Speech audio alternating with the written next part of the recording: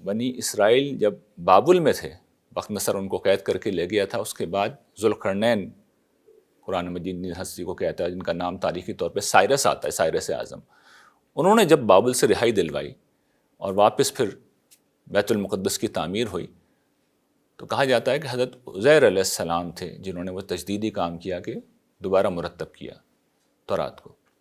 تو بڑی غیرمعمولی ان کی اہمیت ہے. تو عالمی طور پہ یہودی تو یہ بات نہیں مانتے، لیکن مشرکین عرب کے زیر اثر محسوس یہی ہوتا ہے کہ جو عرب کے یہود تھے انہوں نے کہا بھائی تمہارے پاس بھی اللہ کے بیٹے ہیں تو ایک بیٹے ہمارے پاس بھی ہیں. اور میں بتاؤں گا یہ بیٹے کہاں سے آتے ہیں، ابھی بتاؤں گا، قرآن نے اس کو واضح کیا. وہ یہ کہتے تھے کہ یہ اللہ کے بیٹے ہیں اور وہ کہتے ہیں کہ وہ اللہ کے بیٹے ہیں. اب اللہ تعالیٰ اس پہ تبصرہ کر رہے ہیں، ذالک قولہم بافواہہم، یہ ان کے اپنے منہ سے گھڑی ہوئی باتیں ہیں.